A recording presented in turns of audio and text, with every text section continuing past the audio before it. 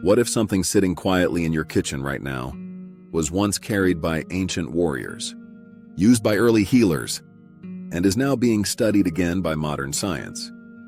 And what if taking just a small amount each day could begin to shift how your body feels in ways you don't immediately expect? Not in some dramatic overnight transformation, but slowly, quietly, almost like your body is remembering something it forgot. Here's the strange part. Most people have seen this before. Some even use it occasionally, but almost no one truly understands why it has been trusted for thousands of years, and even fewer realize that the real power of this substance is not in what it adds to your body, but in what it may help your body do on its own. And what happens by day 7 is where things start to get interesting. A simple bottle, nothing expensive, and yet, there's a reason this exact liquid has been made, used, and passed down for thousands of years across completely different cultures that had no connection to each other. Think about that for a second. No internet, and still, the same idea kept showing up. In fact, in some traditions, people didn't even question it. It was just part of life, like drinking water. And this is where a pattern starts to reveal itself. Because if something survives that long, across generations, it usually means one thing. People kept noticing something. The kind of effect you don't fully understand at first, but you feel enough to keep going. Now fast forward to today. Modern science is starting to take a closer look at fermented foods again, and what researchers are discovering is beginning to sound very familiar, almost like we're catching up to something people quietly understood a long time ago. Which raises a strange question. If this has been here the whole time, why did so many people stop using it? And more importantly, what actually happens when you start using it again? Every single day. The substance we've been circling around is apple cider vinegar. Now, before we go deeper, if you're the kind of person who wants to understand how simple natural ingredients can actually support your body, not in a trendy way, but in a real, grounded way, then this channel is for you. Make sure you subscribe, because what you're about to learn about something as simple as apple cider vinegar might completely change how you see what's already in your kitchen. At first glance, it doesn't look like anything special. A golden brown liquid, slightly cloudy, with a smell that's hard to ignore. Sharp, sour, almost aggressive. But what you're looking at is the result of a slow transformation. It starts with apples, fresh, sweet, full of natural sugars. Then something almost invisible begins to happen. Natural yeasts break those sugars down, turning them into alcohol. And then, a second transformation. Bacteria convert that alcohol into acetic acid. That's the moment it becomes vinegar. But here's where it gets interesting. If you look closely at certain bottles, especially the raw, unfiltered ones, you'll notice something floating inside. Cloudy formations, almost alive. This is what people call the mother. And for centuries, this part fascinated people the most, because unlike clear processed vinegar, this version is still active, and many believed this is where the real strength comes from. Not just from the apples themselves, but from what they become, through fermentation. And that process might be more important than it seems. Long before laboratories, before nutrition labels, before anyone could explain why something worked, people were already using vinegar like this in their daily lives, and not casually, intentionally. One of the earliest records takes you all the way back to ancient Babylon, over 5,000 years ago. Imagine a busy marketplace, clay jars stacked in the heat. Back then, people didn't fully understand fermentation, but they noticed something strange. When fruit was left alone long enough, it didn't just spoil. It changed. And one day, someone tasted it. Sharp, sour, unexpected. But instead of throwing it away, they kept it. Because they noticed something else. Food preserved in it lasted longer, stored carefully in clay containers, and vinegar stayed. Centuries later, in ancient Greece, one of the most well-known figures in early medicine, Hippocrates was said to use vinegar mixed with honey, not as a random mixture, but as something purposeful, something he returned to. And that tells you something important. Because when someone like him repeatedly uses the same simple substance, it usually means one thing. It worked well enough to keep using. Then come the Romans. And this is where the story becomes more vivid. Roman soldiers carried a drink called posca. It was a mixture of water and vinegar, just routine. Because this wasn't about taste. It was practical. Water alone could go bad, but mixed with vinegar, it lasted longer, and more than that. They believed it helped them keep going.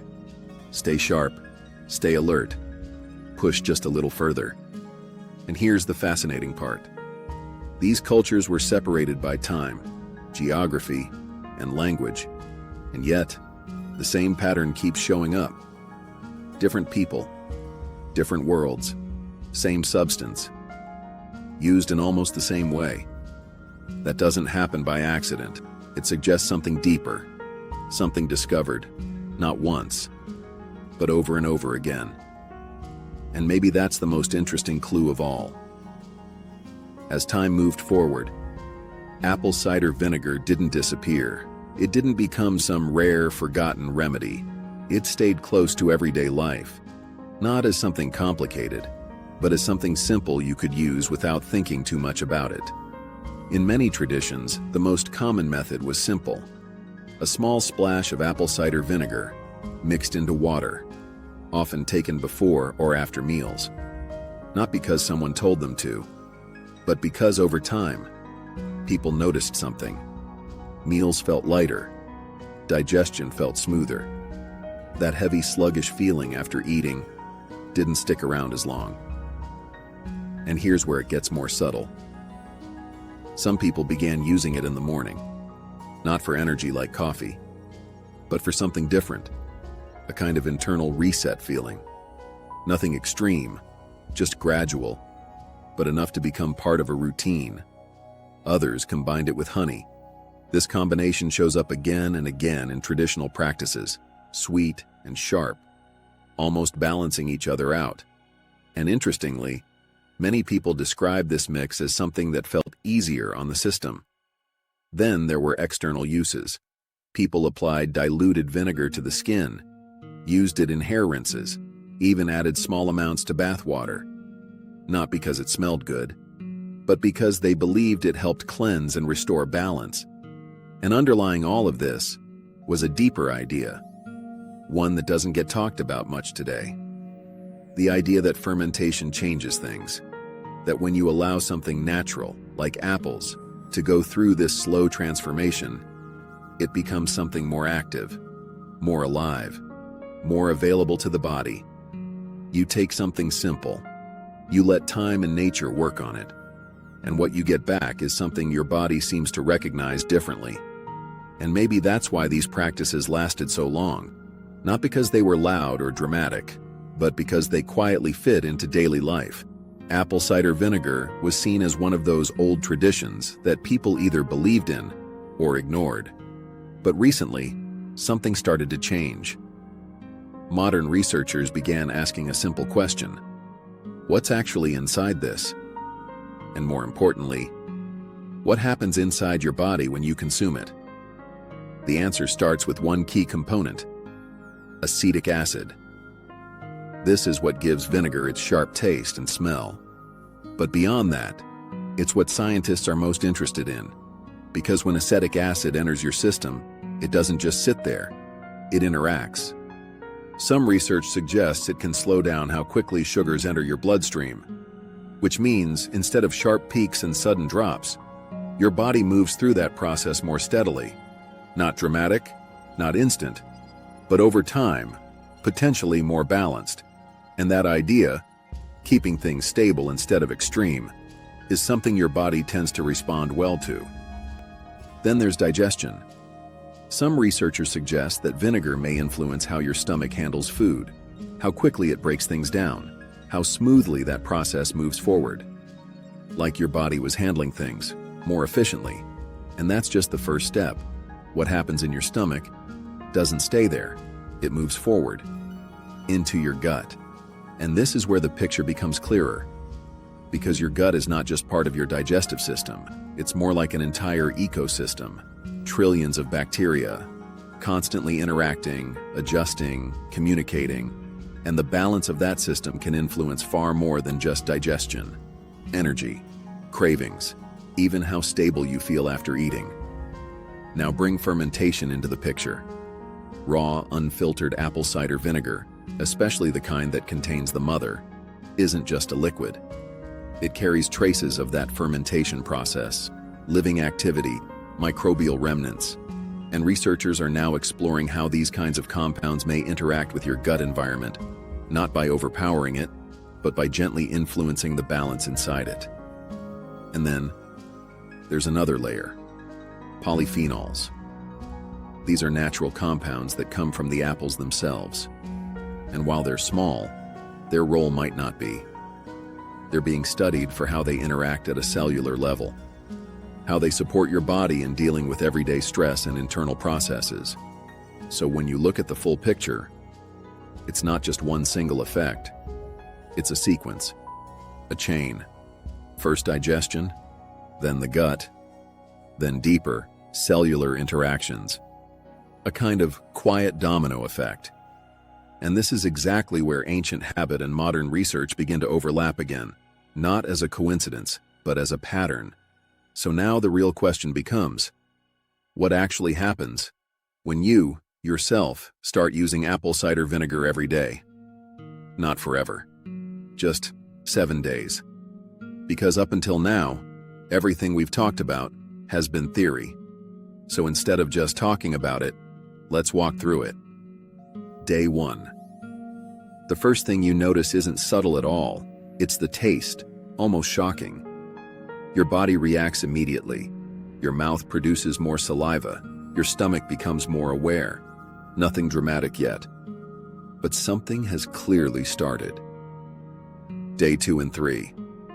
Now things begin to settle. The taste becomes more familiar, less of a shock, more of a signal. And this is where small changes may start to show up. After meals, you might notice less heaviness, less of that slow, weighed-down feeling, a slightly smoother digestion process. It's not extreme, but it's noticeable enough that you start paying attention. Day 4 and 5. This is where the experience becomes more interesting, because now it's not just about digestion. Some people begin to notice subtle shifts in appetite patterns, cravings, overall energy consistency. Not a burst of energy, not like caffeine, but more steady, more even. Day 6 and 7. By this point, something shifts, not just in your body, but in how you start noticing your body. Because the biggest change isn't always a new feeling. It's the absence of certain ones. That heavy drop after eating. Those sudden cravings that seem to come out of nowhere. That up and down energy throughout the day. They may not be completely gone, but they're less present, less dominant, more in balance overall. Traditional practices were never about quick results. They were about repetition, daily input, small signals, over time. So by day 7, the question isn't, did something dramatic happen? Did something dramatic happen? Did your body respond in a way that makes you want to continue? And for many people, that answer becomes surprisingly clear. The most common method is this. Take about 1 to 2 teaspoons of apple cider vinegar and mix it into a full glass of water. That's it, nothing fancy. Most people choose to drink it before meals or in the morning. But timing isn't the most important part. Consistency is. Always dilute it. Some people choose to make it a bit more enjoyable. They add a small amount of honey, a squeeze of lemon. Others prefer using it in food instead. Even though apple cider vinegar is simple, it still deserves respect.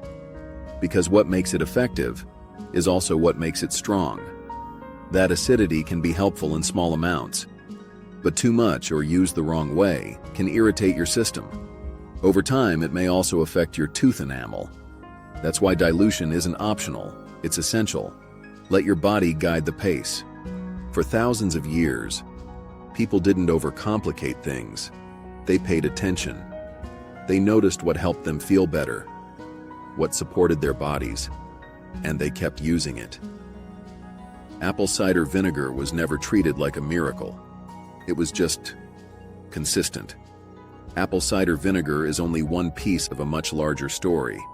There are other simple, everyday ingredients that have been used for centuries and then slowly forgotten.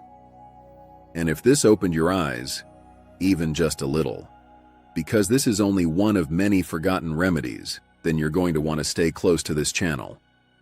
So subscribe, and step by step, you'll start uncovering what the modern world quietly moved away from.